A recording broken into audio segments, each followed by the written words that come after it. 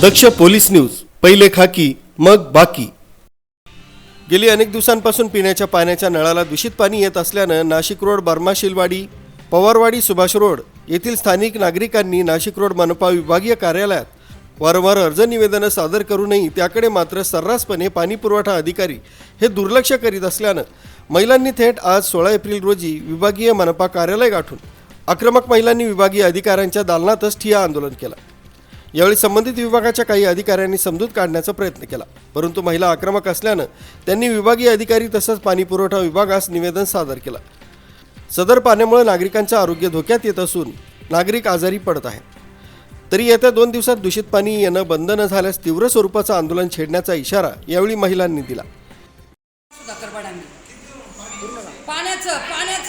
Proof आम्हाला आहे ना, हिरवं पाणी काळं पाणी येतं, साबणाचं पाणी येतं, आम्ही सगळे लोक आजारी पडून राहिलो, लहान मोठे दवाखान्यात घडी जावं लागतं, जुलाब वांट्या होऊ राहिले आम्हाला, नालीचं पाणी आम्हाला येऊ राहिलं, रोज आम्ही साहेबांना बोलून आम्हाला वैताग घेऊन आले का ते काय आणतात आणि लगेच हो झालं हे चांगलं पाणी तुम्हाला हे चांगलं पाणी त्यावर आम्ही पाणी प्यायचं असं आमचं सगळे लेकरं बाळा आजारी पडून राहिले, जुलाब वांट्या होऊ राहिले।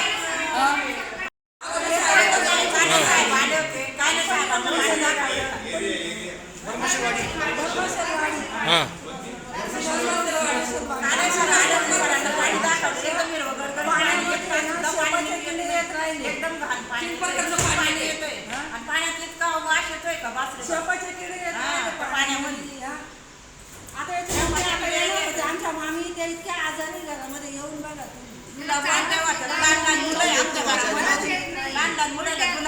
मोठ्या माणसाला सुद्धा जुलाब वांट्या होऊ राहिले। आता ज्या सध्या आलेल्या नाही त्या घरी आजारी मुलांना सुद्धा निवेदन देतेवेळी रागिनी जाधव, प्रशांत क्षीरसागर, शोभा गायकवाड, ताराबाई साळवे, रत्ना चव्हाण, नम्रता क्षीरसागर, पूजा ढेंगळे, अंजना पवार, मीना भडांगे, अनुराधा साळवे, अनिता भडांगे, स्वाती भडांगे, पुष्पा वानखेडे, सुलोचना उनवणे, मीना उबाळे, पुष्पा ढेगळे, वंदना उनवणे, प्रियंका पवार, सुनीता गांगुर्डे, अनिता भडांगे, कविता भडांगे, रंजना गवारे, चिरंजीव भालेराव, सुनील वानखेडे, वैभव भोटे,